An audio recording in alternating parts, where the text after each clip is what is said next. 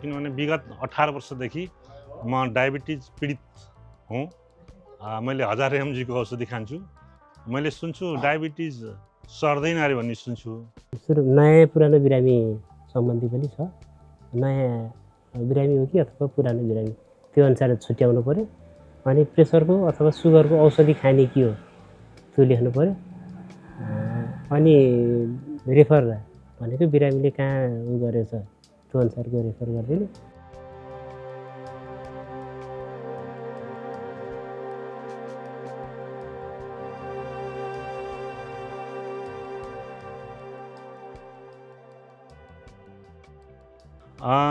उहाँले औषधि त दिनुहुन्छ अनि यो बेला बेलामा चाहिँ सुगर कस्तो अवस्था कस्तो छ, प्रेसरको अवस्था कस्तो छ, अनि अहिले आएका लेटेस्ट चाहिँ प्रविधिहरू के छन् भनेर यस्ता चाहिँ पम्पलेट पोस्टरहरू डाक्टरहरूसँग परामर्श लिएका लेटेस्ट कुराहरू पनि उहाँले चाहिँ दिनुहुन्छ हामीलाई।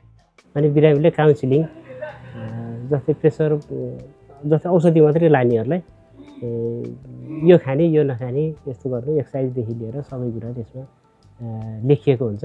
अनि बिरामीको हाइट वेटदेखि लिएर जस्तै प्रत्येक महिना आउँदाखेरि अघिल्लो महिना कति थियो सुगर, अहिले कति छ प्रेसर, अनि वेट कति थियो, वेट घटबड भएको छ होइन, त्यो अनुसारको सबै रेकर्ड चाहिँ त्यसमा हुन्छ।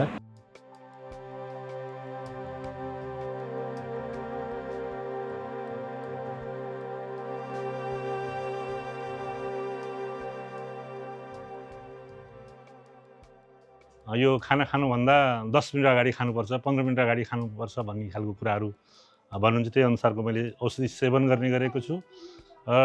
यो डायबिटिज रोगीहरूले के खाना हुन्छ, के खाना हुँदैन, कति खानुपर्छ, कतिचोटि खानुपर्छ भन्ने खालका उहाँले मेडिकलले पनि मलाई चाहिँ त्यस्तो खालको परामर्श दिनुहुन्छ। होला पहिला हामीले बिरामीले औषधि मात्रै दिने गर्ने थियो होला, अहिले काउन्सिलिङ गरेर हामीलाई पनि बिरामीसँग